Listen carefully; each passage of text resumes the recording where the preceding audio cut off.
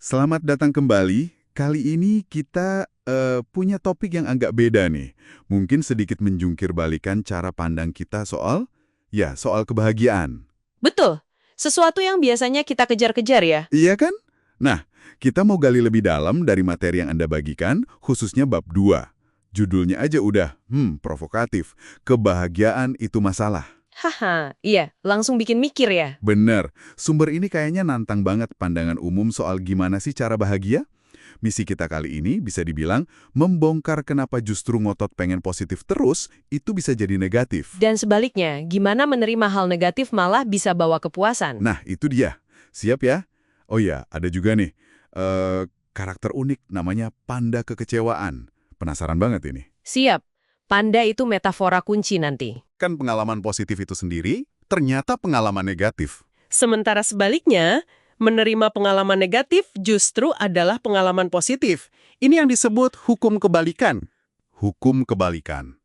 Mirip ajaran Buddha gitu ya, yang bilang kalau penderitaan itu, ya, nggak bisa dihindari, emang bagian hidup aja. Betul sekali. Dan kalau kita lihat dari sisi biologis, ini masuk akal banget loh. Penderitaan itu ada gunanya. Gunanya? Kok bisa? Iya, itu cara alam ngasih sinyal ke kita buat berubah. Coba pikir, rasa sakit fisik, kayak misalnya jari kaki kesandung gitu. Aduh, iya, sakit. Atau sakit psikologis, kayak ditolak misalnya, itu kan semacam mekanisme umpan balik. Ngajarin kita batasan, atau ya dorong kita buat perbaiki sesuatu. Oke, masuk akal sih kalau gitu. Terus, panda kekecewaan tadi gimana? Nah, si panda kekecewaan ini, dia itu metafora buat kebenaran pahit yang sering nggak mau kita dengar. Kebenaran pahit apa tuh? Bahwa kita ini kayaknya emang didesain untuk selalu merasa sedikit kurang puas. Hah? Kok gitu? Tujuannya apa? Tujuannya, ya supaya kita nggak berhenti. Supaya terus gerak, terus inovasi, ya buat bertahan hidup gitu. Jadi rasa sakit, rasa kecewa, itu bukan bug system, tapi malah fitur. Fitur penting. Fitur ya, bukan kesalahan. Bukan. Si panda ini kayak bawa pesen. Hey, hidup itu ada susahnya, dan itu wajar. Terima. Aja, terus hadapi. Ini maksa kita nanya bukan gimana cara hindari kecewa, tapi lebih ke kekecewaan mana sih yang sepadan buat diperjuangin demi sesuatu yang lebih besar. Gitu. Wow, oke. Menarik banget cara pandangnya. Jadi kalau rasa sakit itu fitur, berarti kebahagiaan itu datangnya bukan dari lari dari masalah dong ya? Tepat. Justru dari membereskannya, sumber ini bilang gitu. Tapi kan kayaknya banyak orang malah kejebak menghindari masalah terus. Iya, banyak yang gitu. Biasanya kejebak di dua pola. Pertama, penyangkalan. Pura-pura aja masalahnya nggak ada. Tapi ini kan butuh energi gede ya buat terus-terusan bohong sama diri sendiri. Bener juga. Capek pasti. Terus yang kedua? Yang kedua, mentalitas korban. Merasa nggak bisa ngapa-ngapain, terus ya udah nyalahin orang lain atau keadaan. Kayaknya sering lihat deh yang gitu. Mungkin awalnya enak ya nyangkal atau nyalahin itu. Kayak pelarian sesaat. Tapi lama-lama jadi kayak candu. Bikin kita makin rapuh pas akhirnya harus hadapin kenyataan. Padahal, kebahagiaan sejati itu butuh perjuangan. Dia tumbuh dari masalah yang kita berani hadapi dan selesaikan. Kebahagiaan butuh perjuangan ya. Dalam juga. Terus ada lagi nih. Bab ini bilang kalau emosi itu seringnya dilebih-lebihkan. Maksudnya gimana tuh? Bukannya emosi itu penting banget? Penting, jelas penting. Tapi fungsinya sering disalahpahami. Emosi itu pada dasarnya cuma sinyal biologis saja. Sinyal? Sinyal buat apa? Emosi negatif itu kayak lampu kuning di jalan. Perhatian, ada sesuatu nih yang perlu diatasi, gitu. Kalau emosi positif, itu kayak hadiah kecil. Kerja bagus, kamu barusan lakuin sesuatu yang benar. Oke. Terus bahayanya di mana kalau kita salah paham? Bahayanya kalau kita salah respons. Ada dua ekstrim biasanya. Pertama, kita menekan emosi itu. Artinya kita abaikan aja sinyal penting tadi. Oh, dicuekin gitu ya? Iya, atau ekstrem kedua, kita terlalu mengidentifikasi diri sama emosi itu. Jadi merasa semua tindakan kita benar hanya karena kita lagi merasa begitu. Padahal kan emosi itu datang dan pergi, nggak permanen. Bener juga sih, emosi kan naik turun ya. Nah, kalau kita terlalu terobsesi sama bahagia, kita jadi kayak hamster di roda lari itu loh.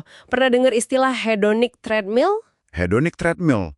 Wah, istilah baru lagi nih. Apa itu? Itu gambaran kita yang terus-terusan lari ngejar sesuatu yang kita pikir bakal bikin bahagia. Misalnya gaji lebih tinggi, barang baru, atau pencapaian apa gitu. Terus, Tapi begitu kita udah dapetin, rasanya ya biasa aja gitu. Tingkat kebahagiaan kita balik lagi ke titik awal. Kita cepet banget adaptasi. Sumber ini juga bilang nggak ada yang namanya positif murni. Setiap hal baik pasti ada biaya atau sisi negatifnya juga. wah kompleks juga ya. Jadi kalau penderitaan nggak bisa dihindari, emosi cuma sinyal, kebahagiaan juga nggak bisa dikejar langsung, terus gimana dong? Intinya apa nih? Nah, ini dia pertanyaan kunci menurut sumber ini. Yang penting banget buat Anda renungkan. Rasa sakit apa yang bersedia Anda tahan dalam hidup? Rasa sakit apa yang bersedia ditahan? Iya, perjuangan apa yang rela Anda jalanin? Kenapa fokusnya ke situ? Kenapa emang? Kok malah fokus ke sakitnya? Karena gini deh, semua orang kan mau hasil enaknya. Mau kaya, mau hubungan yang hebat, mau badan bagus, iya kan? Iya iyalah, siapa yang nggak mau? Tapi nggak semua orang mau proses buat dapetin itu. Nggak semua mau lembur, berjam-jam, mau ngadepin obrolan sulit yang bikin nggak nyaman, atau disiplin ke gym pas lagi mager banget. Iya juga sih. Mau bisnis sukses tapi nggak siap hadapi resiko dan ketidakpastian. Atau mau pasangan hebat tapi nggak mau repot ngelewatin konflik atau mungkin penolakan. Kata sumber ini ya nggak bakal berhasil gitu. Jadi kita harus memilih penderitaan kita sendiri gitu maksudnya? Tepat sekali. Kebahagiaan itu butuh perjuangan. Sukses Anda itu bukan ditentukan oleh apa yang pengen Anda nikmati, tapi lebih ke rasa sakit apa yang Anda rela tanggung demi tujuan itu. Rasa sakit apa yang rela ditanggung ya? Iya, jalan menuju hal-hal yang berharga itu ya pasti penuh tantangan, kadang nggak enak rasanya. Anda harus memilih perjuangan mana yang bermakna buat Anda. Karena hidup tanpa masalah sama sekali itu cuma ilusi. Justru seringkali, kepuasan terdalam itu ada di proses mendakinya, bukan cuma pas sudah sampai di puncak. Jadi kesimpulan dari bab ini lumayan radikal ya. Intinya, berhenti terobsesi nyari-nyari kebahagiaan kayak harta karun gitu. Betul. Itu bukan persamaan matematika yang bisa dipecahkan lalu selesai. Kebahagiaan itu lebih kayak efek samping yang muncul gitu aja ya. Pas kita lagi sibuk nyelesain masalah yang penting buat kita, pas kita milih perjuangan kita. Tepat. Muncul secara organik. Jadi sebagai penutup nih, mungkin pertanyaan refleksi yang lebih berguna buat Anda, para pendengar, itu bukan apa sih yang bikin saya bahagia? Tapi, Lebih ke masalah apa yang sebenarnya saya nikmati saat saya menyelesaikannya. Coba deh pikirkan itu. Jawabannya bisa jadi mengubah cara Anda melihat hidup sehari-hari loh. wah, dalam banget. Masalah apa yang kita nikmati prosesnya ya? Oke, ini jadi bahan renungan bagus.